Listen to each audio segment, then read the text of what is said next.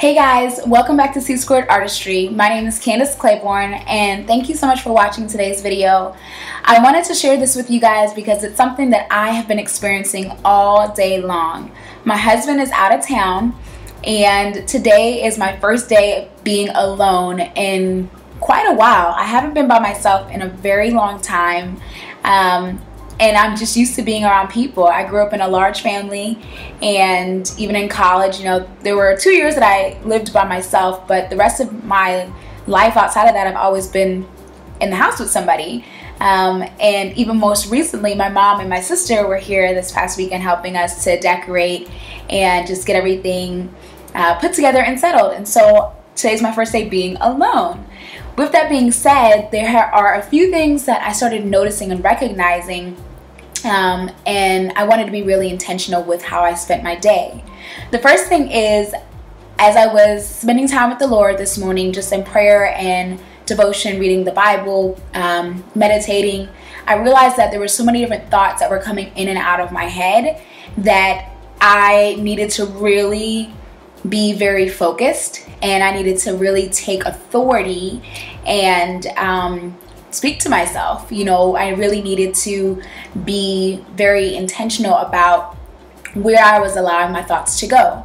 And so I was reminded of a line in a meditation podcast that I've listened to for years, which I'll put a link in the description box. But it's a meditation podcast, and there's a line in the podcast where she says, "No thought can remain in my mind without my permission. No thought can remain in your mind without your permission." And that just rung so true for me today. And so the Lord began to speak to me through reading the Bible and reminding me of different scriptures and just giving me a sense of peace regarding the authority that I have over my own thoughts, what I allow in or out. And I was just really inspired by that, and that helped me to refocus this morning as I spent time praying and just having quiet time with the Lord. So there's a lot more that I'm going to share with you guys in my upcoming video regarding thoughts, and not just your thoughts, but your speech and how you speak to yourself and just where that comes from and what that produces. So look out for the next video on that one.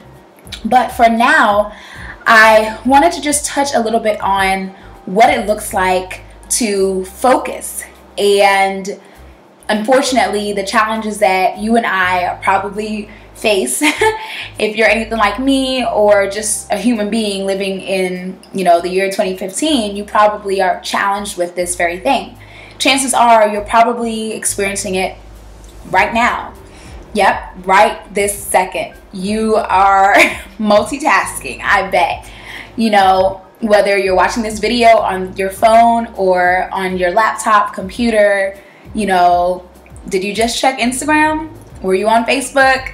Did you receive a text and you checked it real quick? Is the TV on in the background because you just like having some noise back there? Do you have music going?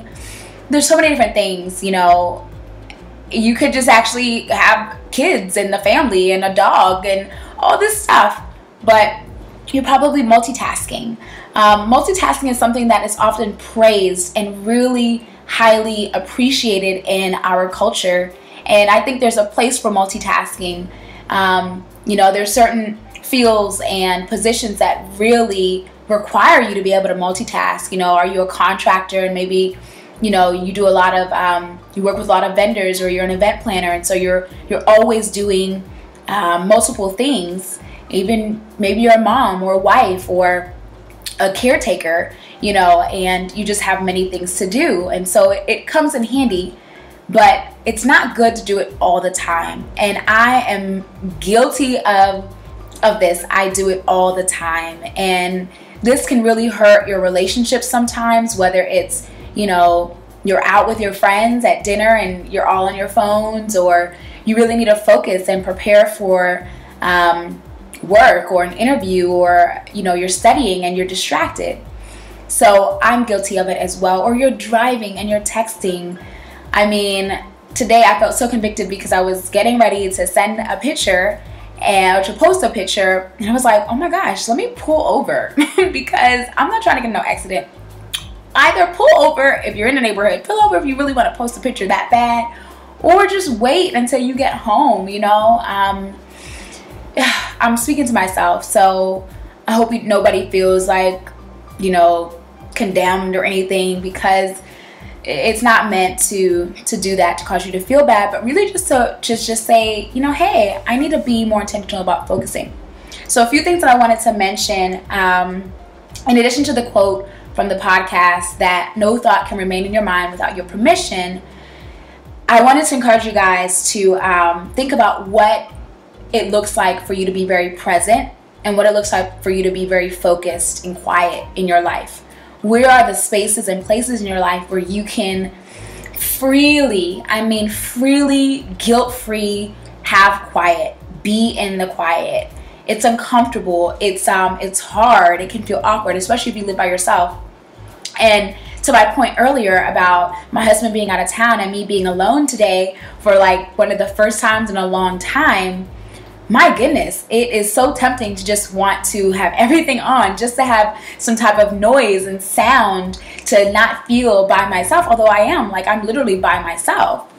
And, you know, my heart goes out to people who live alone and don't want to live alone, or who aren't married and want to be married, you know, just, or who may not have as many friends, or you're new to an area and you haven't met anybody yet. You know, my heart goes out to you because I can feel that. I felt that today. I had a full agenda of things to do, which was great, but my evening is pretty calm right now. And, you know, I made dinner and I was just sitting, and I was so tempted to turn on a YouTube video or, you know, put something on to listen to while I was eating. And I just was like, wait, let me pause and just eat in silence. Silence can be a very scary thing. But it can also be a very enlightening and enriching thing. You know, when I ate silently, I really tasted my food. You know, all of my other senses were fully engaged in that moment. And I loved it. I enjoyed it. And so it's just something that I think we can all incorporate into our lives. I encourage you guys to try it. You know, whether it's driving in silence at least one day a week, or driving in silence when you are driving to work or back from work.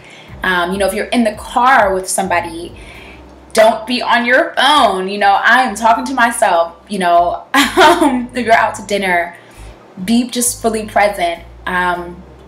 What else?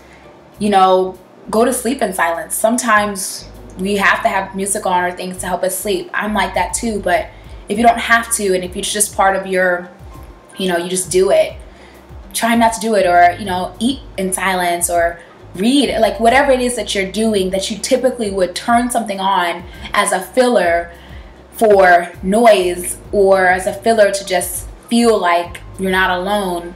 Try not doing it, and see what thoughts arise. And remember that you can take authority over those thoughts. You can assign them to the right places and right spaces in your life. And in my next video, I'll share a little bit about that with you guys. But for now, I hope that was encouraging and helpful to you guys.